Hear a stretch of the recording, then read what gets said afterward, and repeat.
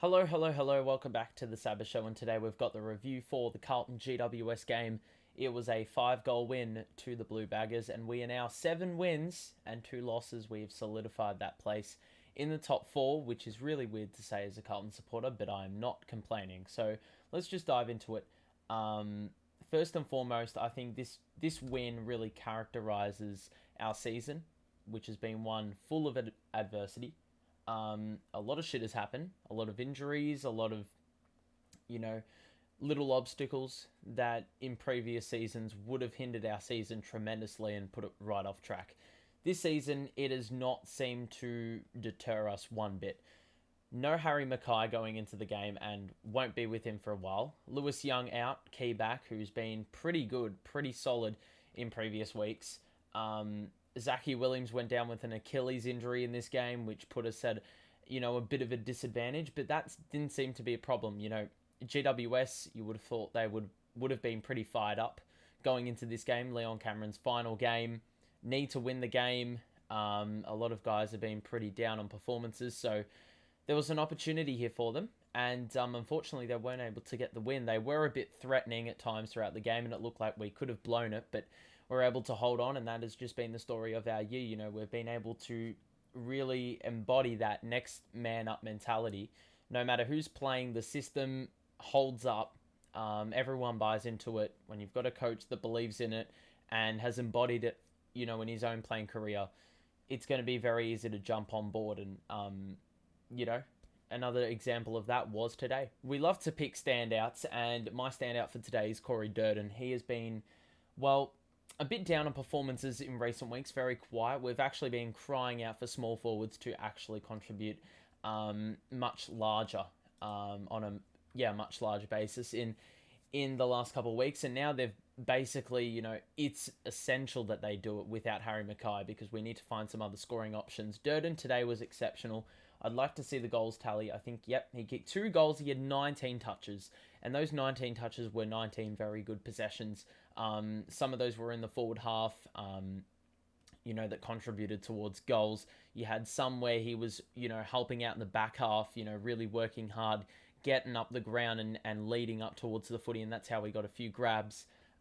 He was crumbing the ball. He was doing pretty much everything. So 19 touches for a small forward that generally gets sub 10 every game is just really exceptional. And then you look at Maddie Kennedy, who didn't have the same impact on the scoreboard, but he still had 2 behinds and he had 15 touches as well. So he was grouse.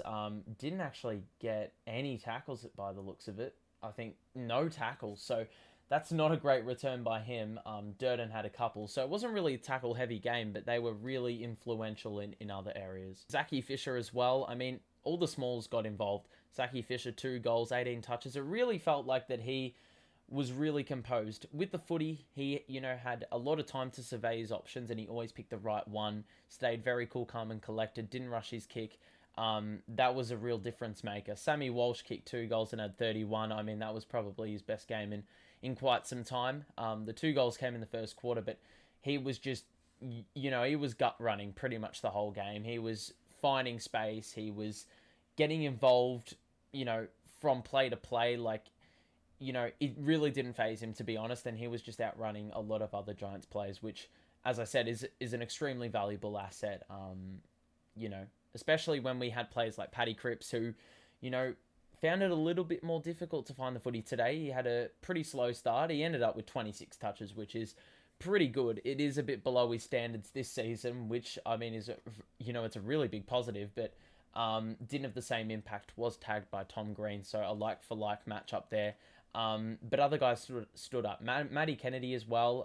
I can't get my words out. I'm a bit stammery. But 27 touches for him and a goal. He really does that every single week on a very quiet basis, and I don't think he gets, the love that he deserves. He's been very, very strong, and, in times today, there were patches where, especially that last quarter, I feel like the second half he really, came into his own element there. As I said, Cripps had about 16 in the first half, 10 in the second half. But when we needed, that separation at the start of the last quarter, he was involved in a lot of the clearance play. I think a really important thing to mention is that Braden Bruce was always going to destroy TDK in the ruck contests, and the stats show that the hitouts to advantage, whatever.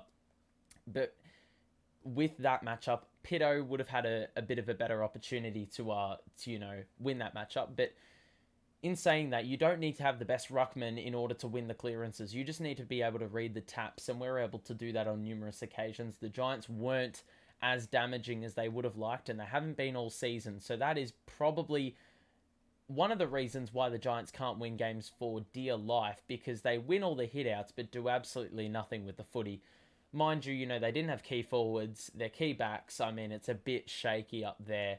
They actually did a really good job on Charlie Curnow, who kicked 2 goals in the last quarter, and they were really snazzy. But, Charlie, I mean, yeah, didn't have one of his finest performances, but he kicked, once again, goals in big moments, which he just seems to do on various occasions in every game this season. So I think, obviously, to take us to the next level, it's going to involve that. Not playing your best game, but being able to contribute in big moments. You look at other players that won the footy. I'm having a look at it here. Hewitt got 30, Doherty 28, and Chera 24. So not the the prolific type performances that we have been accustomed to seeing earlier in the year. But regardless, 15 goals, 15. I mean, it was more locking it in the forward half. First quarter, Giants didn't get a possession in their forward half in the first 16 minutes of the game, which is absolutely mind-blowing. And that really sort of tells the story. I would love to see the inside 50 count. Yeah, just having a look at it here, it is a 64-47 advantage to the Blues. So we're actually really good in locking the ball inside our forward 50 and getting repeat entries. Good ball use was part of that. I mean, we had 30 shots on goal in comparison to the Giants. No, they had 20. What am I talking about? But efficiency inside 50. Giants only had 38% efficiency and we had 52%. So every second entry we were getting a score, and that was, the product of us tackling, us, setting up zone. There were a lot of times where the Giants were trying to clear it out and we just had it set up. They tried the switch, we had it set up. It was just brilliant to watch. I honestly think this was one of our most complete performances of the season because of the fact that there wasn't really a standout quarter, but there wasn't a quarter where the Giants really, took a hold of the game either. It was very even for much of the game, but we were just able to, one-up them in certain parts of the game. And ultimately, it was a little gradual 5-goal win, if you will. Obviously started off well, then the lead dissipated, then it was a tie at halftime, then we were up by a goal at three-quarter time. You could have sensed it could have gone one or two ways, and in previous seasons that lead would have evaporated and we would have lost it, given the Giants and the quality they have on the team. But to our credit, we absolutely bossed them in the last quarter, and it was the midfield once again winning it out of the guts, and we've said that a couple times already in this episode. So it's great to see. We're 7-2. We've got Sydney next week at home. You would imagine a lot of fans are going to get behind the team. It is a prime time fixture.